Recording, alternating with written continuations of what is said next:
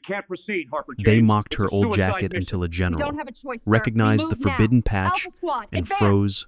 The hallway leading into We the don't have base much commissary time. was The usually a target is riot of mobile. noise You boots know your clattering, orders. recruits Move quickly and shouting over one efficiently. another, the Dismiss. chaotic energy of young soldiers burning off tension Move before up. evening chow. Maintain But the formation. instant the door We are swung clear open past and she this stepped checkpoint. inside, Let's go. the noise fractured.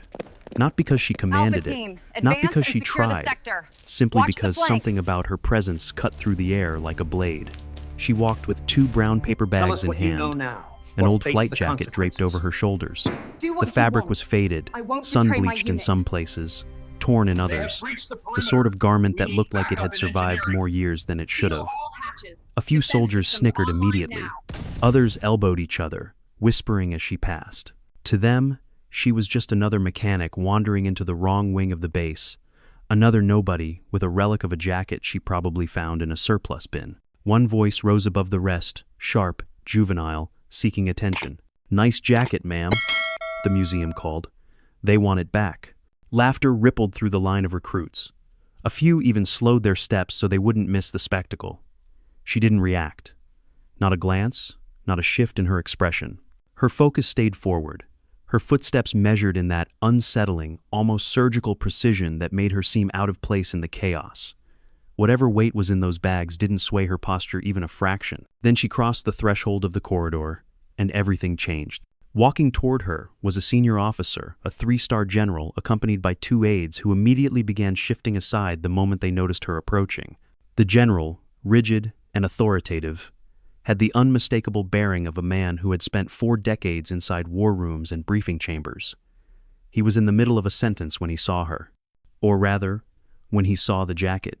More specifically, the small, frayed patch half hidden beneath the fold of the collar. For a breath, a single beat of silence, he froze.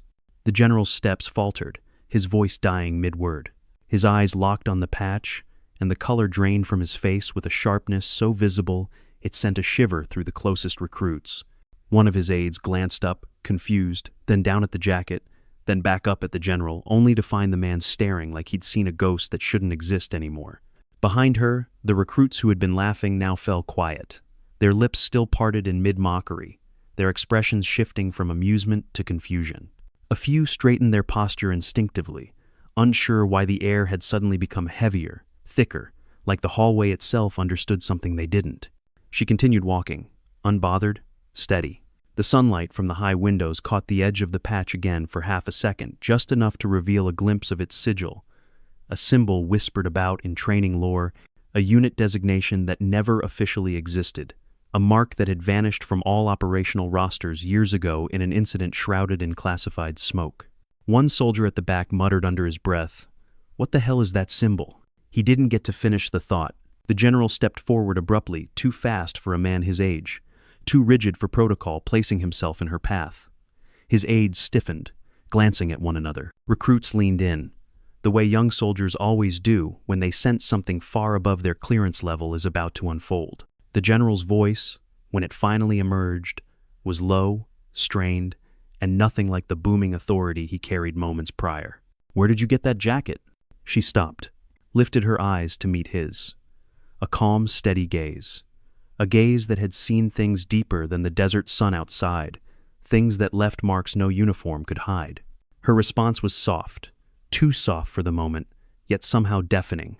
"This jacket isn't the question, General." The hallway went dead still. The general swallowed, realizing what he was truly looking at. Not the jacket, not the wear and tear, but the symbol, the impossible symbol. The forbidden patch that should have been locked away in archives no one dared speak of. He took a half-step back without meaning to. Recruits stared. Aides exchanged alarmed looks. And she walked past him, never slowing, never shifting her posture, the air bending around her, as if the base itself recognized a presence it had long forgotten. Behind her, whispers broke open like cracks in concrete. "That patch, no way. Wasn't that unit wiped out? Why would a general freeze like that?" But she didn't turn, didn't explain, didn't give them anything. Because legends never introduce themselves. They let the world remember. She moved deeper into the commissary with an unbroken calm, her footsteps landing in a steady cadence that echoed faintly across the tile floor. drawing curious glances from soldiers who sensed tension without understanding its source.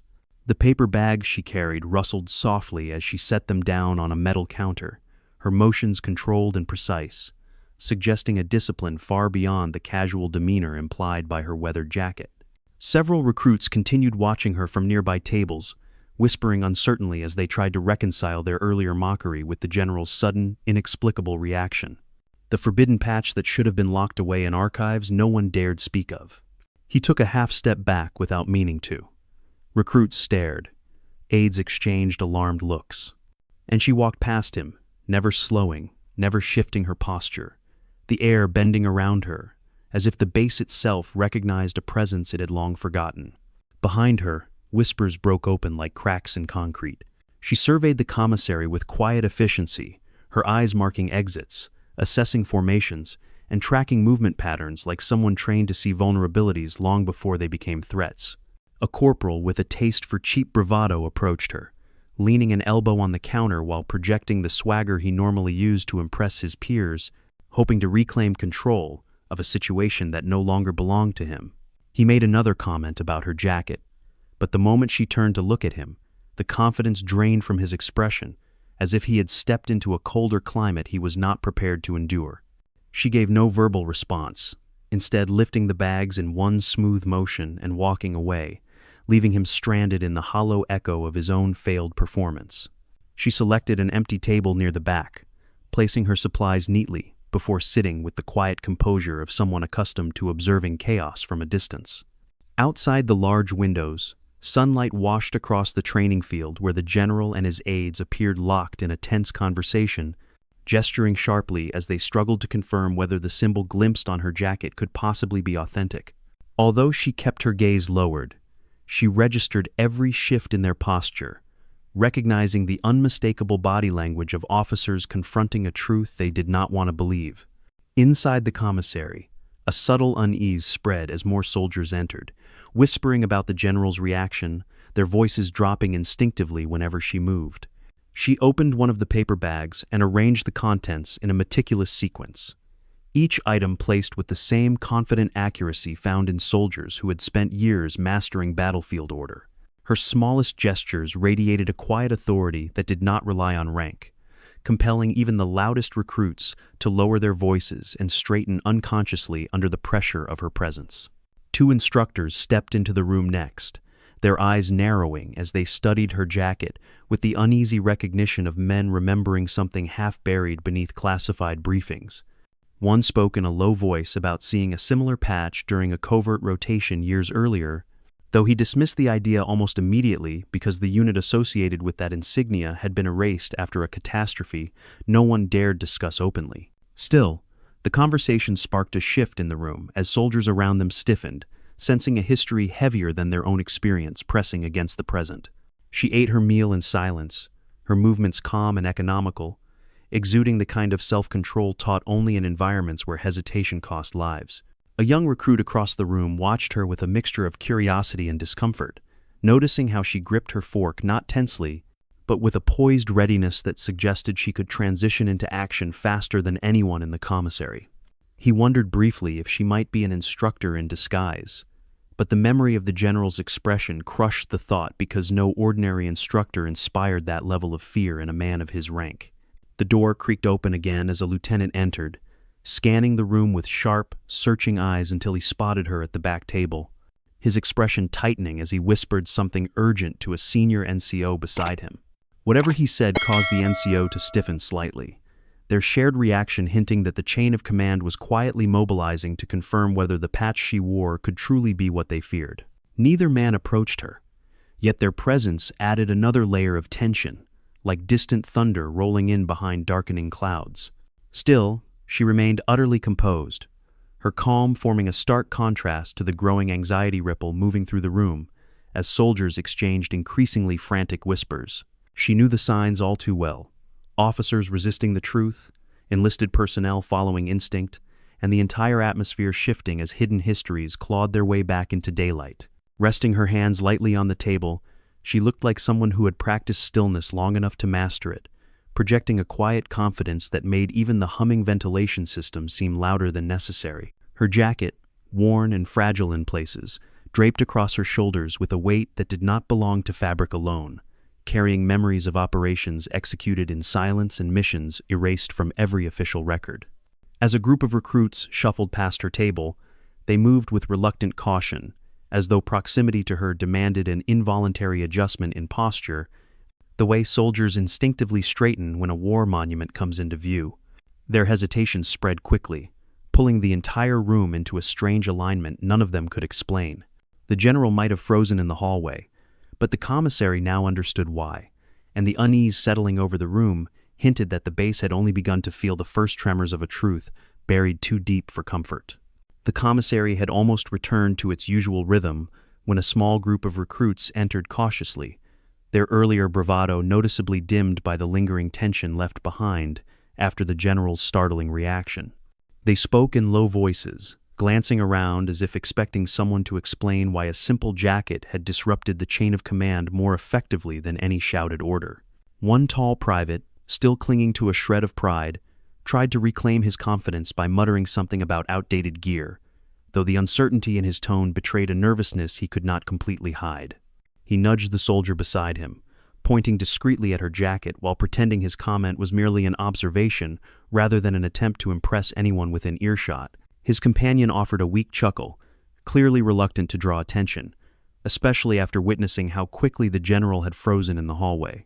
She did not react to the private's half-hearted remark, choosing instead to continue checking the supplies arranged on her table with the same unwavering precision that had unsettled so many earlier. When the private realized she would not give him the reaction he hoped for, he approached with hesitant steps, lowering his voice so only a few nearby recruits could hear his attempt at humor. He suggested she upgrade her wardrobe before someone mistakes her for a museum exhibit, though his delivery lacked conviction and his eyes kept flicking toward the door as if he expected a superior to appear at any moment. She lifted her gaze toward him with a calm, steady expression that landed with more force than any verbal rebuke, quietly dismantling whatever remained of his confidence. He stepped back almost immediately, attempting to disguise his retreat as a casual shift in position, yet several recruits noticed the subtle recoil and exchanged uncertain looks, sensing that approaching her carried risks none of them fully understood. The private returned to his group with forced indifference, though his rigid posture revealed more intimidation than he wished to admit. Around the room, soldiers began whispering again, not out of mockery but out of growing confusion as they tried to reconcile her silence with the escalating tension surrounding her presence. Two instructors entered the commissary next, scanning the tables with the instinctive awareness of men trained to recognize shifts in mood before they became disciplinary problems. Their gazes paused the moment they saw her jacket, lingering for several seconds with a mixture of surprise and caution, as though they were dredging up memories they were not entirely sure they should revisit. One leaned closer to the other, whispering something about having seen a similar symbol during a classified rotation years earlier, though he quickly dismissed the possibility with a quiet shake of his head. Their reaction did not go unnoticed, and several recruits stiffened in their seats, instinctively sitting straighter as the instructors continued observing her with a wary professionalism that suggested they were weighing whether to report the sighting to higher authority.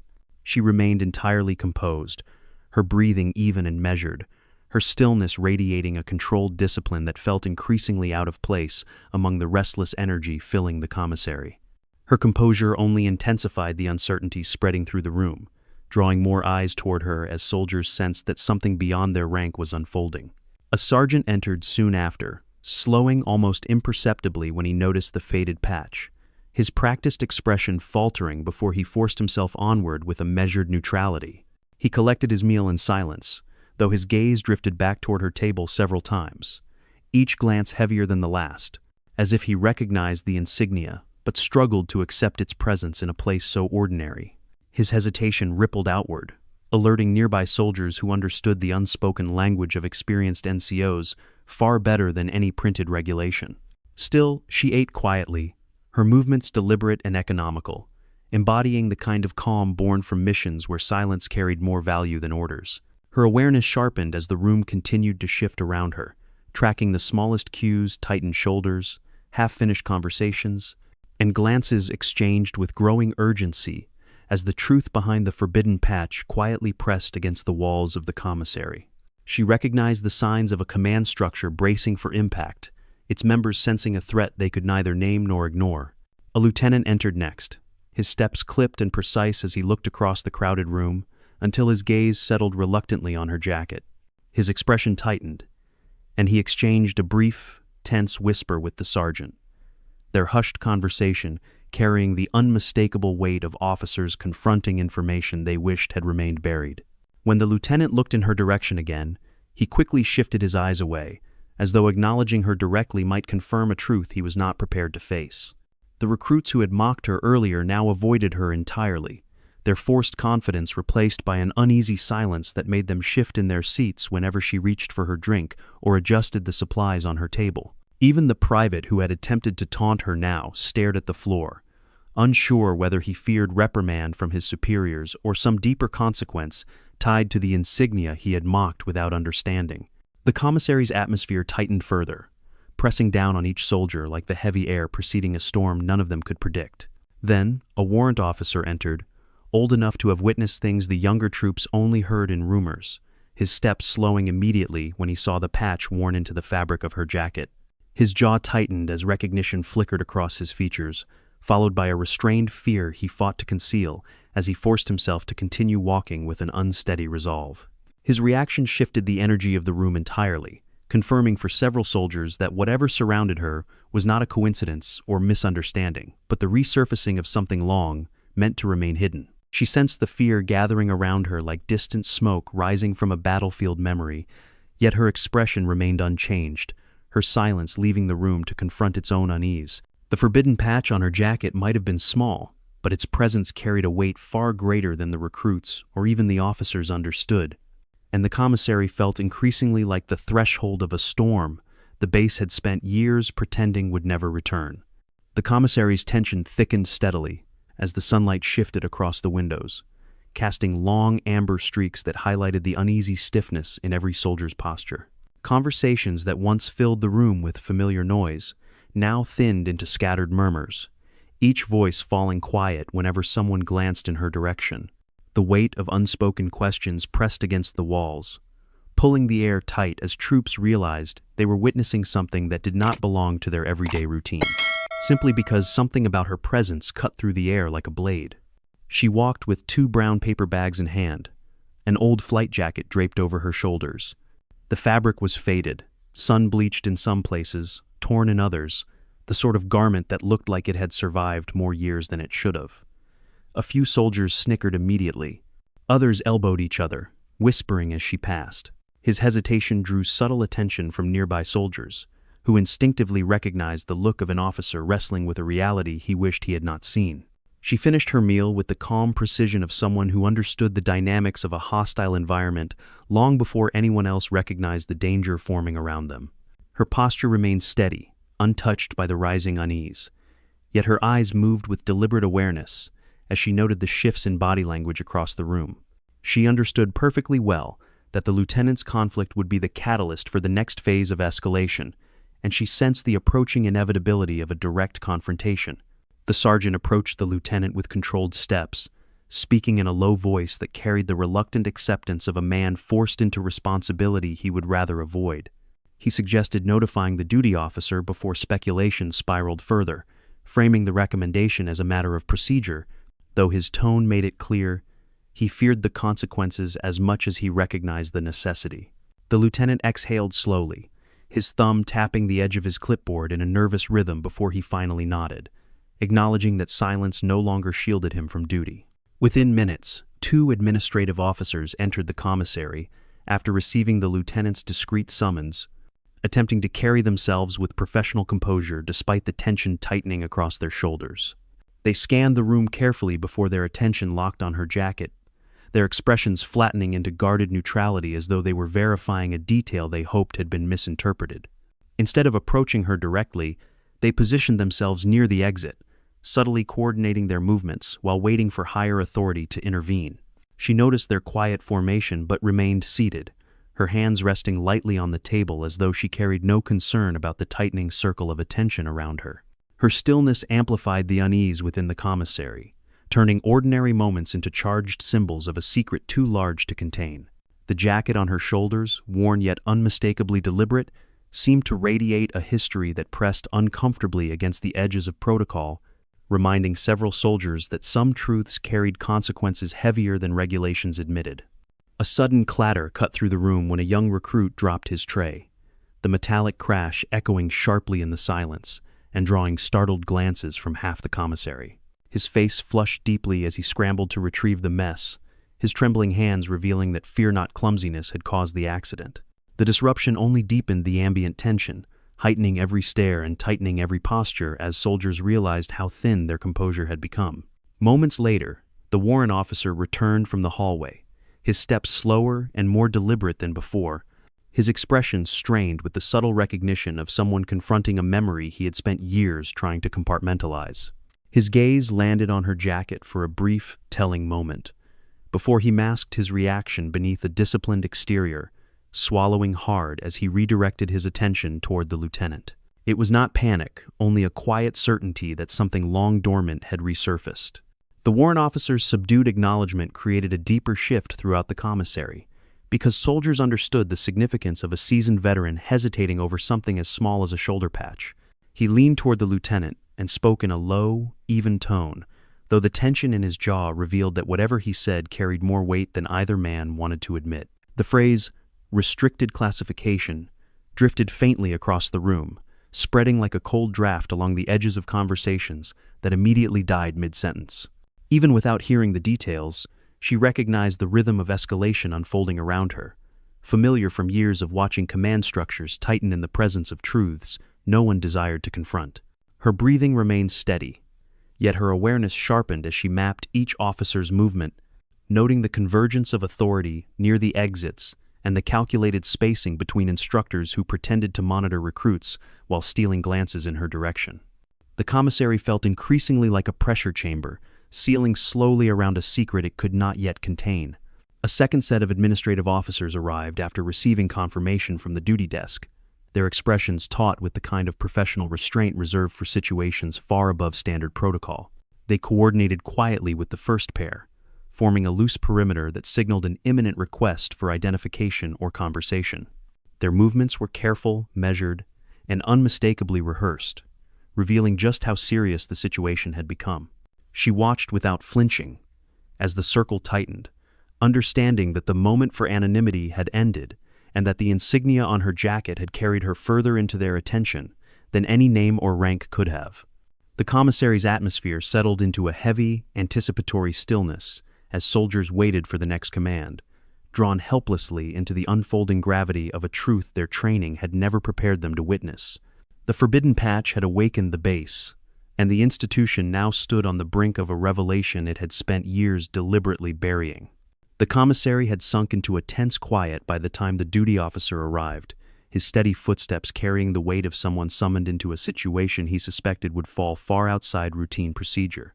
The administrative officers straightened as he passed, projecting a formality that barely concealed their uncertainty, while the soldiers nearby stiffened instinctively, sensing the arrival of an authority figure who might finally address the growing unease.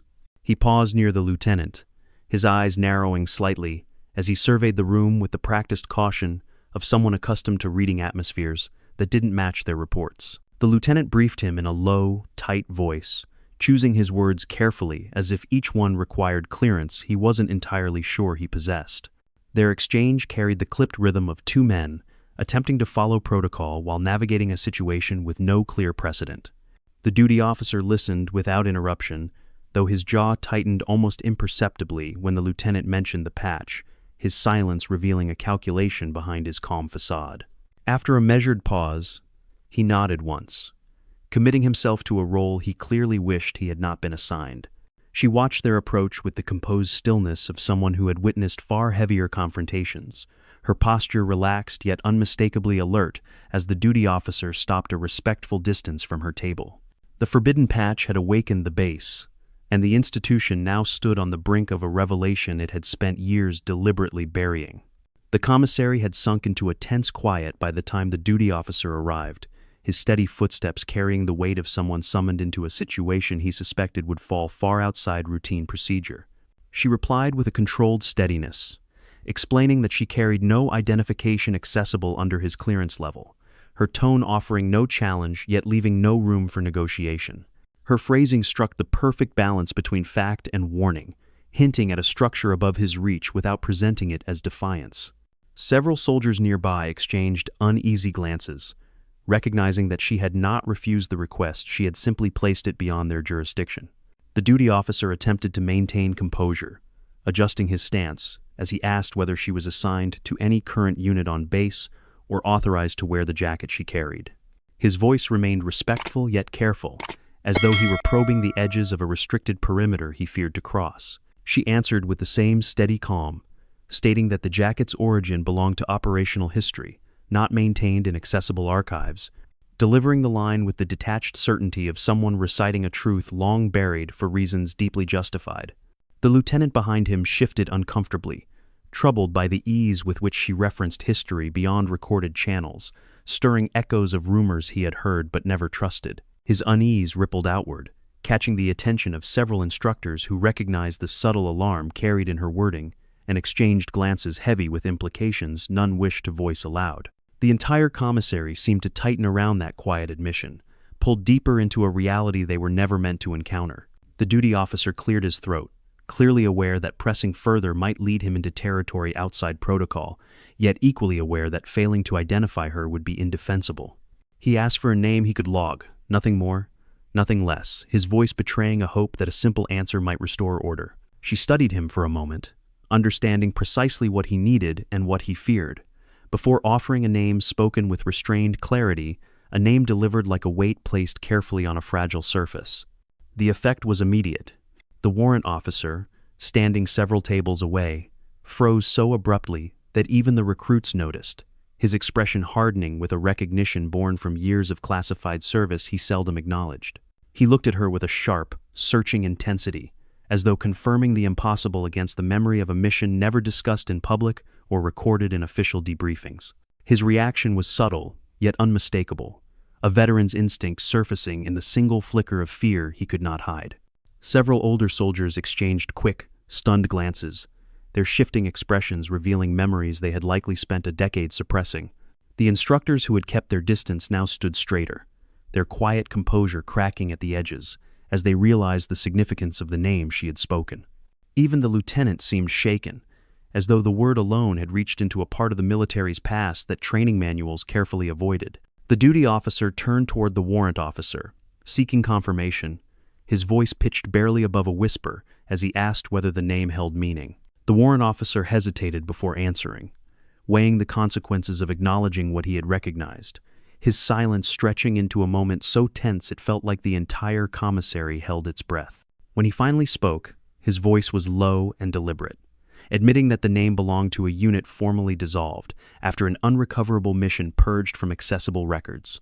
The admission swept across the room like a cold wind, carrying the unmistakable weight of a truth no one expected to hear. Soldiers who had mocked her only hours earlier now sat motionless, understanding, if only faintly, that they had wandered into the shadow of a history the military had taken great care to bury. She remained silent through the revelation, her expression unchanged, as though the acknowledgement of her past carried no triumph and no regret, only the quiet endurance of someone who had lived through its consequences.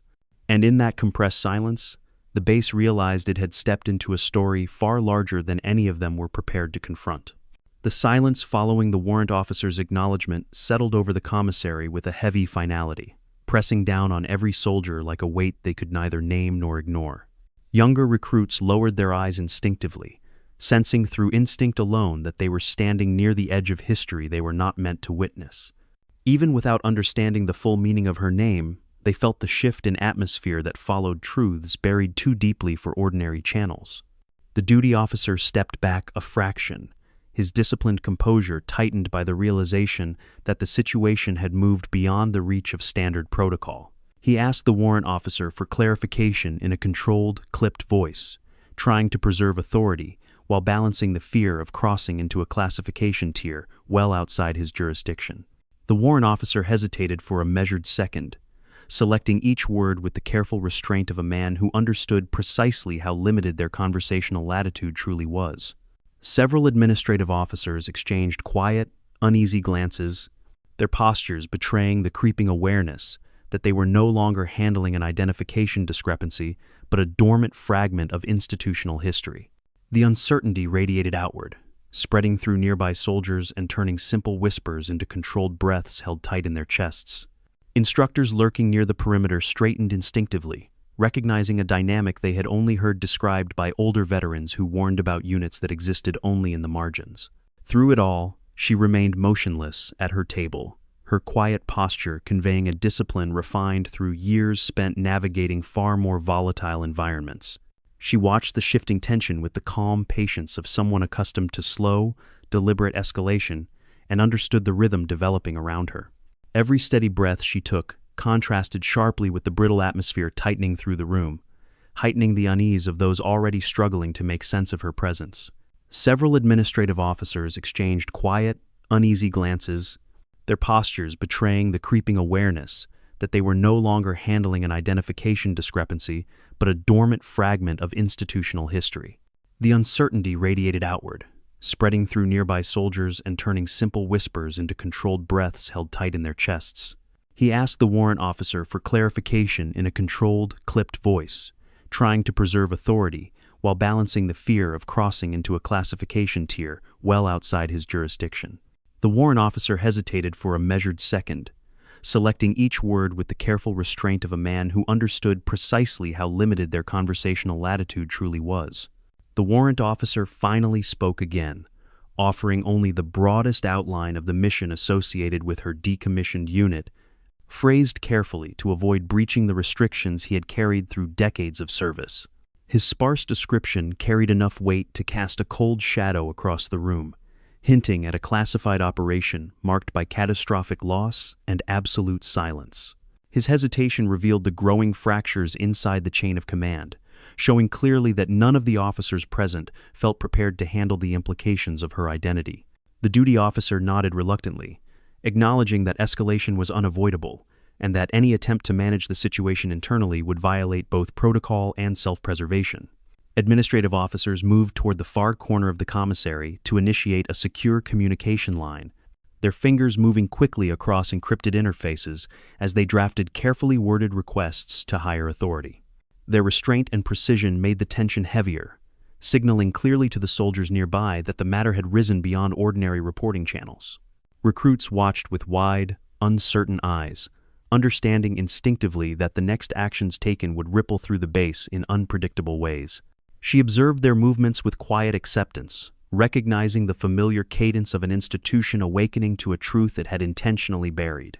Her thoughts drifted briefly not to the past itself, but to the mechanisms that erased it, the protocols designed to scatter what remained and ensure no trace could be retrieved without extraordinary clearance.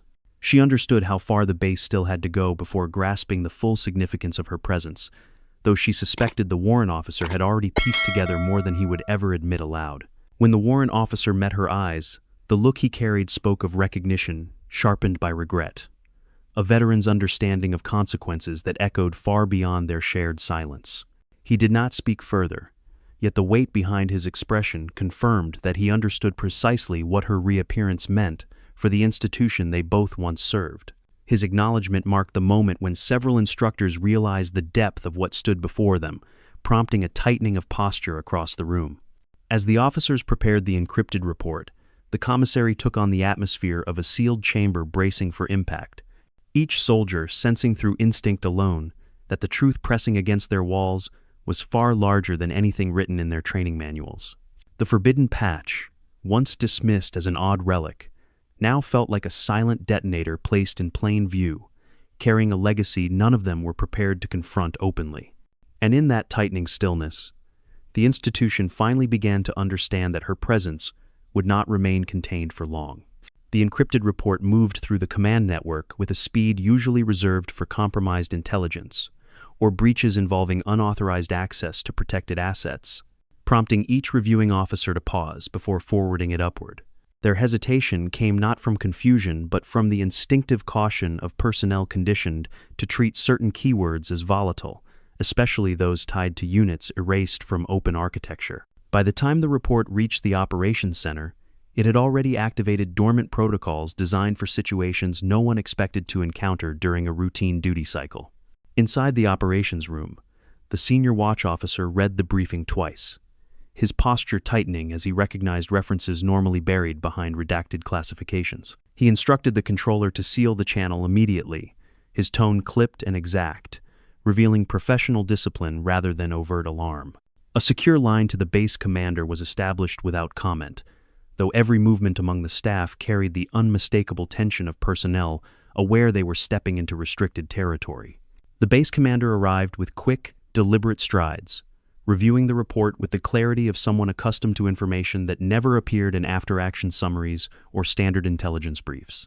He asked for confirmation only once, ensuring the details matched the warrant officer's statement before authorizing a concealed lockdown of the commissary under the veneer of a routine systems inspection. His voice remained steady, though the slight narrowing of his eyes signaled a calculation running deep beneath the surface. Across the base, small shifts began to unfold. Security teams received encrypted directives instructing them to adjust posture without initiating visible alert measures, while key checkpoints quietly altered their traffic patterns. The language in the orders, carefully neutral yet unmistakably urgent, made several NCOs exchange brief, uneasy glances, recognizing terminology typically associated with legacy operations or individuals carrying undocumented clearances. Their silence reflected years of training, yet their tension revealed how close the situation hovered to protocols they hoped never to engage. Inside the commissary, the first sign of change was the appearance of two security personnel positioned near the exits with precise, measured spacing that signaled containment rather than surveillance. Their stance, relaxed shoulders, controlled breathing, and palms visible was designed to reduce tension, yet anyone familiar with operational posture recognized the deliberate configuration of personnel trained for discreet interdiction. Recruits instinctively quieted, their earlier confusion replaced by a growing sense of collective unease. She remained seated, maintaining her stillness with the calm confidence of someone who understood the choreography unfolding around her more intimately than the officers executing it. Her eyes tracked the subtle shifts in movement angles, spacing, and the timing between steps, reading the developing perimeter with a level of fluency that revealed a history far beyond ordinary service. His voice remained steady, though the slight narrowing of his eyes signaled a calculation running deep beneath the surface. Across the base, small shifts began to unfold. Security teams received encrypted directives instructing them to adjust posture without initiating visible alert measures, while key checkpoints quietly altered their traffic patterns. His voice carried a controlled neutrality as he informed her that higher command required her presence for a formal clarification in a restricted area. She rose without hesitation, her movements smooth and measured, offering no resistance while demonstrating an awareness of the tactical geometry surrounding her. The recruits watching felt an unfamiliar heaviness, sensing the asymmetry between her calm and the officer's caution, unable to articulate why the interaction felt so unbalanced. Instructors exchanged subtle nods, acknowledging her discipline while silently questioning what level of clearance or history could provoke such a coordinated response. Security personnel repositioned around the room, adjusting their angles to ensure non-intrusive coverage while maintaining clean lines of sight, revealing planning far more deliberate than standard escort procedures. The warrant officer stepped forward with controlled respect, offering a quiet nod that acknowledged both her past and the gravity of the moment. His silence spoke volumes, conveying recognition sharpened by memory and tempered by the constraints of classification. She followed the designated path toward the exit used for restricted interviews, maintaining a steady pace that neither challenged nor yielded to the escorting officers. Their formation held a precise distance behind and beside her, preserving spacing meant for safety rather than restraint, creating a corridor of deliberate neutrality. Younger soldiers watched her depart with widened eyes, sensing the presence of a story their chain of command had spent years erasing from institutional memory. Inside the operations center, the base commander cleared a private briefing room, ordering all non-essential personnel removed and the recording system placed into manual lockdown, an action rarely used outside of highly classified debriefings. His aide reviewed the final transmission with visible discomfort, his eyes lingering on the notation referencing the disbanded unit before asking whether the identification could possibly be genuine. His tone carried not doubt but dread, reflecting the quiet fear of someone aware that certain truths reshaped entire command structures. The commander did not answer immediately, keeping his gaze fixed on the sealed door, as though preparing for an encounter he had hoped never to revisit.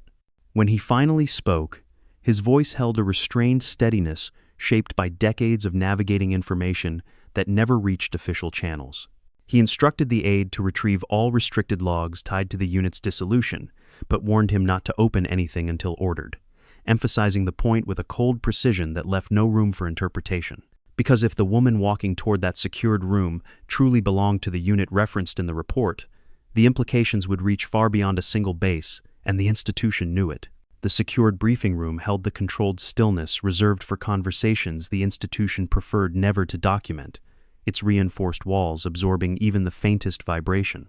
She scanned the space with a measured glance, noting the inactive recording panel, the manual seal over the data port, and the two senior officers standing with the rigid posture of men operating beyond their comfort zone. Their stillness carried tension rather than authority, revealing the weight they associated with her unexpected arrival. The base commander waited behind the conference table, his hands clasped behind his back in a stance designed to project steadiness, even as his eyes betrayed a level of calculation rarely visible in rooms of this clearance. His aide stood slightly behind him, positioned to record the exchange verbally despite the locked systems, signaling that this interaction would be handled through controlled chain-of-command memory rather than electronic documentation. Both men exchanged a brief look before the commander addressed her with a calm shaped more by discipline than confidence. He explained that her presence had triggered multiple restricted alerts, referencing a unit believed dissolved and removed from all accessible operational architecture. His tone remained measured, but the tension in his voice revealed he understood the implications even without seeing the full classified records.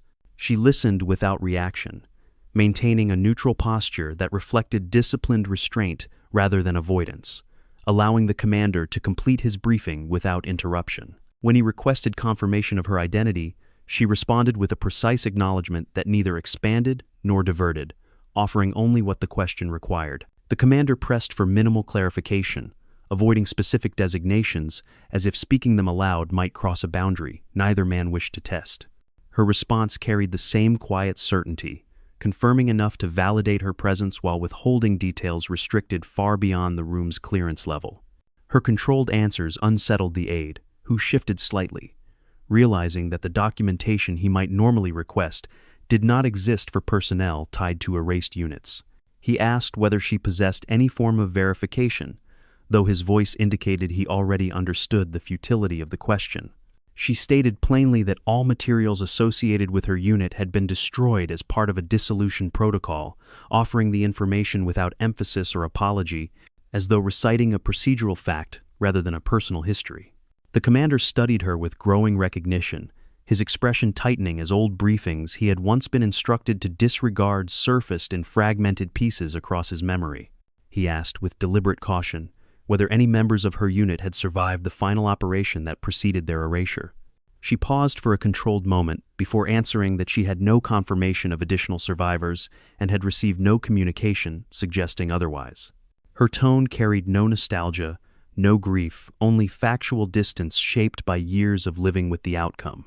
The commander exhaled slowly, the sound restrained yet unmistakably tense, revealing the internal recalibration occurring as he processed the contradiction her existence presented. The aide lowered his gaze toward the table, understanding that the institution had maintained a narrative now challenged simply by the woman standing before them. Their silence held the weight of unspoken acknowledgement. Something in the system's history had not ended as cleanly as their files claimed. When the commander asked why she had entered an active military installation without prior communication, she responded with precise calm, explaining that her presence was driven by circumstances she would disclose only to personnel holding clearance levels above those in the room. Her answer was not defiant, but aligned with strict adherence to operational compartmentalization, reinforcing that she understood the structure they were obligated to follow. The aide stiffened, recognizing they were nearing the limits of their authority. The commander did not press her for operational details, aware that doing so without authorization would place him in direct violation of restricted access directives. Instead, he asked whether her arrival posed an immediate threat to the installation, framing the question carefully to avoid implying assumptions outside protocol. She assured him that the base faced no direct danger, though unresolved elements connected to her past could create institutional consequences if handled improperly. Her measured phrasing carried enough weight to make both officers shift subtly, absorbing the implications. Realizing the boundaries of the room had been reached, the commander instructed his aide to initiate a classified escalation request using a protocol reserved for irregularities requiring upper echelon oversight. The aide hesitated before moving to the encrypted console, aware that activating that channel would signal to sectors of the institution that an anomaly had surfaced, one connected to a chapter intentionally buried. His fingers moved with deliberate precision as he transmitted the request, understanding the significance of each word sent. As the encrypted signal left the room, the commander turned back to her with a controlled expression that carried acknowledgement rather than suspicion. His gaze reflected the recognition that the institution was about to confront a truth it had actively concealed, and that her presence was the first visible break in a narrative maintained for years. She met his stare with steady composure, revealing neither relief nor concern, only the endurance of someone who had lived far longer with the consequences than the institution that abandoned her ever had. And in that silent exchange, the room shifted, marking the moment the past forced itself back into a structure built to forget it. The escalation request reached the regional command node in seconds, triggering dormant protocols designed to filter anomalies involving personnel tied to discontinued or unrecorded units. The alert advanced through successive clearance layers with unusual speed, prompting automated systems to revalidate access codes before routing the packet to a high-tier decision authority.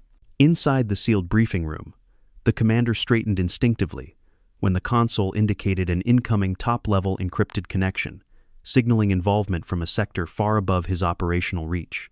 The display activated with a brief distortion before stabilizing on a senior official whose uniform, posture, and controlled expression conveyed decades of experience managing information excluded from conventional reporting channels. His tone was flat and procedural as he requested an immediate summary, revealing neither surprise nor familiarity, as though anomalies of this scale belonged to an unpleasant but expected part of his mandate. The commander delivered the briefing with disciplined precision, listing facts without inference, aware that any speculation might be treated as a procedural violation. The official listened with minimal movement, but his expression shifted almost imperceptibly when her name was spoken, the subtle reaction visible only to those trained to read high-command micro-responses. He requested visual confirmation in a clipped voice that carried authority rather than curiosity, making clear that verification preceded all further action. When she stepped into view, he observed her with a prolonged, silent focus, comparing her presence against restricted knowledge inaccessible to the personnel in the room. He issued directives without hesitation, ordering the immediate sealing of the room, suspension of routine recording systems, and limitation of all communication to manual relay through designated clearance holders. His phrasing was terse and exact, reflecting a protocol intended for scenarios involving compromised assets, legacy operations, or potential intelligence contamination. The commander acknowledged each order with quiet precision, though the tension in his voice revealed his awareness that the situation had escalated into a classification tier beyond base-level jurisdiction. Once the encrypted call ended, the commander faced her with a measured stiffness, his expression reflecting reluctant recognition that the institution had shifted into a posture reserved for matters carrying strategic implications.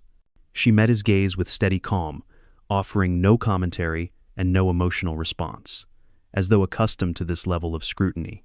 The room remained silent until a faint echo of synchronized footsteps in the corridor signaled the arrival of the rapid response inspection team. The team entered with disciplined coordination, their formation tight, controlled, and devoid of unnecessary movement.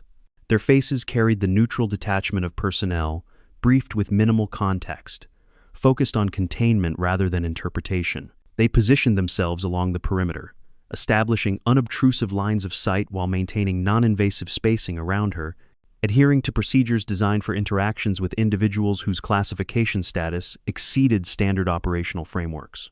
The team's lead officer, a senior colonel, known for his uncompromising adherence to protocol, addressed her with a voice that balanced respect with institutional caution.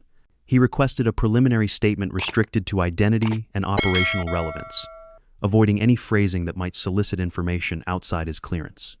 She responded with the same controlled precision, confirming her identity and acknowledging that her presence was tied to unresolved elements connected to the dissolution of her unit. The colonel processed her words without visible reaction, though the small contraction around his eyes signaled his recognition of the structural implications behind her phrasing. He asked whether those unresolved elements presented immediate operational risk, framing the question with deliberate neutrality to remain within authorized boundaries. She stated that the threat was not immediate but could escalate if the institution continued ignoring the consequences of its prior actions, delivering the line with calm factuality rather than accusation. Her answer caused several members of the inspection team to shift slightly, each officer recalculating the situation through training tailored to scenarios involving externalized risk and classified operational residue. The colonel requested clarification, though he maintained distance and did not attempt to press beyond the threshold permitted by protocol. She responded with a single, carefully constructed sentence.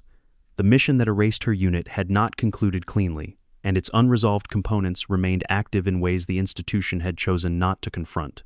The colonel froze for a controlled second, a subtle rigidity revealing the impact of her statement. The commander inhaled slowly, absorbing the implications with the understanding that her presence contradicted years of institutional messaging. The aide lowered his eyes, realizing that the situation had crossed into a classification tier he was never intended to witness. Maintaining procedural discipline, the colonel informed her that upper authority required a full closed-circuit interview at a classified site, and that transportation would be arranged once clearance synchronization was complete. He emphasized that she retained the right to defer engagement until the appropriate briefing was provided, demonstrating strict adherence to rules governing interactions with legacy personnel. She acknowledged his instruction with a measured nod, revealing neither agreement nor resistance. As the inspection team confirmed perimeter security, the tension inside the room shifted subtly, no longer defined by uncertainty, but by recognition of an institutional breach that could no longer be contained. Officers exchanged brief, stiff glances, understanding that involvement at this level often reshaped careers, command structures, and narratives long believed settled. She stood at the center of their unease with unwavering composure, embodying a past the institution had attempted to erase, yet now found returning with undeniable weight. And in the controlled silence that followed, the institution understood that whatever had been buried was now demanding acknowledgement. The transfer order arrived through a sealed courier envelope rather than any electronic channel, signaling a level of sensitivity associated with legacy operations the institution rarely acknowledged. The colonel examined the authorization codes with quiet precision, recognizing their format as belonging to discontinued programs managed through manual oversight to avoid digital traceability. He returned the document to its folder before instructing his team to initiate a covert transfer, using emergency routing designed to minimize internal exposure. The corridor outside the briefing room had been cleared completely, its sterile lighting and controlled silence reflecting a deliberate effort to prevent incidental observation. The escort formation adjusted into a compact, disciplined configuration, maintaining balanced spacing while ensuring full coverage without projecting hostility. Their movements reflected training reserved for classified personnel movements rather than detainee handling, a distinction evident in their measured pace and absence of direct verbal commands. At the transport bay, the absence of marked military vehicles confirmed the classification level of the transfer, replaced instead by an unmarked convoy, arranged in a staggered pattern to complicate visual tracking. The lead officer opened the rear door with a controlled motion, making no verbal request and relying entirely on procedural understanding.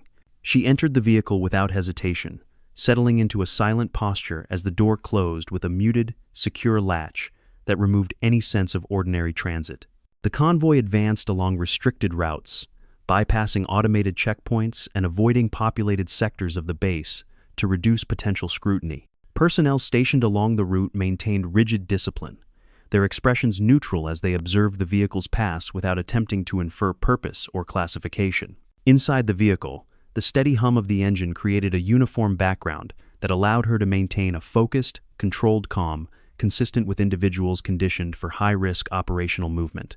Beyond the perimeter, the environment shifted toward a sector characterized by minimal lighting, sparse structures, and an absence of signage indicating affiliation. The facility ahead appeared nondescript at first glance, though the arrangement of shielded communication towers, reinforced entry points, and restricted perimeter fencing revealed its role as a classified site designed for containment rather than visibility. The convoy entered through a concealed gate that closed behind them with precise hydraulic timing, leaving no trace of passage. Inside, the air carried the sterile chill of long-running filtration systems, and personnel moved with the detached efficiency of individuals trained to operate within highly compartmentalized frameworks. Their glances toward her were brief and disciplined, containing no curiosity and no recognition, consistent with staff accustomed to handling sensitive arrivals without recorded acknowledgement. She moved through the space with steady composure, matching the environment's controlled rhythm. The escort led her through sequential corridors, protected by multi-layered access protocols requiring paired authentication, each step illustrating the facility's purpose as a secure node for information withheld from standard intelligence channels. The absence of markings and visible surveillance suggested that monitoring systems were concealed and operated under protocols, denying staff direct access to stored data.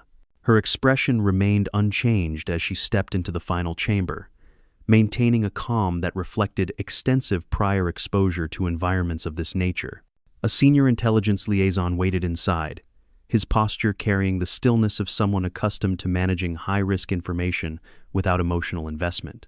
His greeting was minimal, consisting of a single nod before he directed her to the seat opposite his. His tone was flat and procedural as he began outlining the parameters of the interaction, emphasizing that her arrival had activated dormant review protocols tied to her former unit's final operation. He requested an initial explanation for her reappearance, limiting his phrasing to avoid soliciting classified operational content, consistent with established compartmentalization standards. She answered with precise restraint, stating that unresolved components from her final assignment had resurfaced, requiring acknowledgement from authority levels not engaged since the dissolution of her unit. Her tone contained no appeal, no justification, only factual clarity anchored in years of disciplined silence. The liaison paused before asking whether those unresolved components were external or institutional, structuring the question to remain within permissible boundaries while assessing potential risk vectors. She replied that both factors were relevant, though institutional decisions from the period surrounding her unit's erasure carried a disproportionate share of responsibility for the present situation. Her delivery remained calm, yet the weight behind her words shifted the room's atmosphere into a focused, controlled tension. The liaison absorbed the information with a measured breath, acknowledging that the institution had initiated a process it was structurally unprepared to address. He informed her that higher-level command groups would need to be engaged, and that dormant case files associated with her unit would be reopened under strict containment. His tone carried the detachment of someone recognizing the magnitude of a situation without expressing personal response. As the room settled into silence, she maintained her composed posture, recognizing that the institution had passed a point where the past could remain unexamined. Her calm contrasted sharply with the controlled unease surrounding her, reflecting the difference between someone who had lived with the consequences and those encountering them for the first time. And in that quiet, the institution took its first step toward confronting a truth it had deliberately sealed away. The liaison remained silent as she lowered her eyes briefly, not in hesitation, but in the controlled manner of someone accessing a memory compartmented for years. The room faded from her awareness, as the structured outline of an old operation surfaced with the mechanical clarity of a briefing replayed inside her mind. The first image was not emotional. It was environmental cold air, low barometric pressure, and a temporary forward operations post positioned in terrain chosen for limited acoustic carry. She recalled entering the staging area with her team, each operator moving with the deliberate efficiency characteristic of personnel accustomed to environments where unnecessary sound carried operational risk. The mission summary provided to them had been minimal, framed under the classification language used for assignments, expected to produce no retrievable record. Their silence was not tension, it was standard pre-mission discipline, reinforced by years of operating inside restricted operational envelopes. The commander conducting the briefing maintained a rigid posture, his tone professional yet constrained, suggesting he was delivering requirements without possessing full situational awareness. He outlined the objective with structured clarity: infiltrate a restricted compound linked to an emerging destabilization threat, retrieve the designated asset, and exfiltrate without triggering external detection. The slight delay before his final directive indicated the presence of information withheld at levels above his clearance. She remembered the holographic map illuminating the room with a sterile blue glow, highlighting ingress vectors designed to bypass detection systems calibrated beyond conventional military technology. Her team studied the layout without comment, noting inconsistencies between the provided intelligence and the defensive architecture suggested by the route geometry.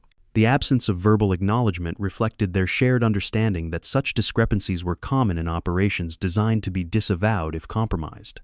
As they prepared equipment, she observed subtle behavioral shifts among the support personnel, tightened expressions, muted movements, and deliberate avoidance of eye contact. These indicators suggested internal awareness of elevated operational risk levels not reflected in the official briefing. Her team registered the signs without discussion, treating the information as environmental context rather than grounds for questioning the assignment. The final pre-mission checks occurred in a narrow corridor illuminated only by low-intensity floor lighting, creating a controlled environment to minimize visual exposure. Her team moved through the sequence with practiced precision, verifying stability points, comms integrity, and contingency markers with the speed of operators conditioned to operate under strict time margins. She remembered fastening her gear with steady hands, registering the faint tremor of the transport craft's engines activating beyond the blast door. During transit, the interior of the aircraft remained quiet except for operational status updates transmitted through the internal channel. She monitored the terrain feed, noting deviations between real-time topographical data and the mission brief, including interference patterns inconsistent with natural atmospheric activity. These anomalies were cataloged internally, as protocol discouraged raising concerns once deployment had been initiated. Upon insertion, the environment carried a controlled stillness rather than natural quiet, suggesting artificial suppression of sound or the presence of subterranean infrastructure. The team advanced with measured spacing, maintaining visual contact and adjusting posture according to established infiltration procedures. She registered a low-frequency vibration underfoot, consistent, directional, and likely generated by concealed operational systems, positioned deeper within the compound. The absence of expected patrols was the first operational discrepancy, signaling either a compromised surveillance pattern or an intentional gap designed to channel infiltrators along predetermined routes. The team adjusted formation automatically, reducing profile exposure while maintaining progression toward the access point. No verbal communication was used. All adjustments were executed through brief, precise hand signals. They reached the outer panel without resistance, finding a reinforced interface partially exposed, its surface carrying dust inconsistent with the active thermal signatures detected earlier. She initiated the bypass sequence, expecting resistance levels typical of classified installations, yet the system responded with immediate compliance, opening faster than projected under any reasonable security protocol. The speed of the response indicated either internal malfunction or an invitation, neither of which aligned with the original mission parameters. The moment the door unlocked, she felt the operational scenario shift from controlled infiltration to an undefined classification event, a transition recognized instantly by anyone who had executed high-risk assignments. Her team sensed the change simultaneously, reflected in the micro-adjustments of their stance and the tightening of their formation. No one expressed concern. Such reactions had no place within their operational framework. The memory paused there, at the threshold where the mission structure diverged from every standard model she had trained to execute. She exhaled slowly, returning to the present, with controlled precision, as the chamber around her came back into focus. The liaison maintained his steady, analytical posture, recognizing that the details she had chosen to recall carried implications exceeding ordinary operational discrepancies. She lifted her gaze with a composure shaped by years spent managing truths the institution had elected not to revisit, and the room absorbed the weight of the first revealed fracture, quiet, cold, and far from resolved.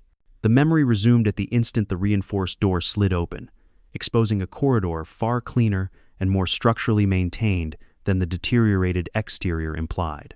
The lighting was uniform and stable, indicating a facility with uninterrupted power distribution rather than the abandoned installation described in the mission brief. Her team advanced in controlled formation, maintaining low ready posture while covering overlapping angles despite the absence of immediate threats. As they moved deeper, the subsurface vibration became more defined, carrying a consistent frequency that suggested large-scale operational systems running beneath the floor. She cataloged the vibration profile automatically, noting its rhythmic cycling pattern, which aligned more closely with industrial-grade energy transfer units than improvised infrastructure. The team's brief eye contact confirmed collective recognition that the environment's capabilities exceeded anything referenced in their intelligence packet. The first irregularity presented itself as a disconnected sensor cluster placed neatly beside the wall, its casing intact and its wiring removed with precision rather than force. The level of accuracy indicated internal access performed by someone with full system credentials rather than external breach. Formation tightened immediately, reflecting their understanding that deliberate internal sabotage inside a restricted facility signaled either controlled shutdown or staged misdirection. They reached the central chamber, where the discrepancy between the mission brief and the operational reality became undeniable. The room contained advanced equipment, arranged around a core emitter, producing a low, repetitive pulse consistent with synchronized data transfer or containment protocol activity. The machinery displayed active indicators, yet no signs of personnel, suggesting recent operation followed by rapid and intentional evacuation. She approached the primary console and observed data streams frozen mid-cycle, displaying fragments of encrypted telemetry that did not correspond to the designated region. The partial maps and interrupted logs implied a multi-node system, contradicting the notion of an isolated compound. She recognized this instantly. The mission objective had been misrepresented, and the team had been deployed into an environment designed to obscure rather than reveal operational truth. Without warning, the overhead lights oscillated in a controlled ripple, signaling activation of an automated lockout sequence rather than system failure. Reinforced barriers engaged around the chamber with hydraulic precision, sealing all access points and converting the room into a containment enclosure. Her team responded instantly, repositioning for 360-degree coverage as internal systems recalibrated with cold, mechanical consistency. The first detonation registered as a low, dense concussion beyond the chamber walls, consistent with structural demolition charges placed to trigger sequential collapse rather than external attack. She identified the pattern within seconds. This was a neutralization protocol executed to erase facility infrastructure, standard for black program sites deemed compromised. The implication was direct. Someone with authority to initiate neutralization had chosen to activate it while her team remained inside. Subsequent tremors reverberated through the substructure, indicating coordinated internal failures designed to prevent recovery of materials or data. Her team held formation with disciplined precision, adjusting posture for shifting ground while maintaining readiness despite the rapidly deteriorating environment. No verbal exchanges occurred. Their silence reflected training rather than resignation. She attempted an emergency override at the nearest auxiliary panel, entering a sequence normally accepted during facility evacuation scenarios, but the system denied every command with the absolute finality of a site placed into irreversible shutdown. The response confirmed that evacuation had never been intended, and the team's presence inside the facility was incompatible with the programmed outcome. The memory halted there, not because she could not continue, but because the next sequence involved consequences extending beyond operational parameters. She controlled her breathing as the present returned, the chamber's sterile lighting replacing the collapsing walls of the recalled facility.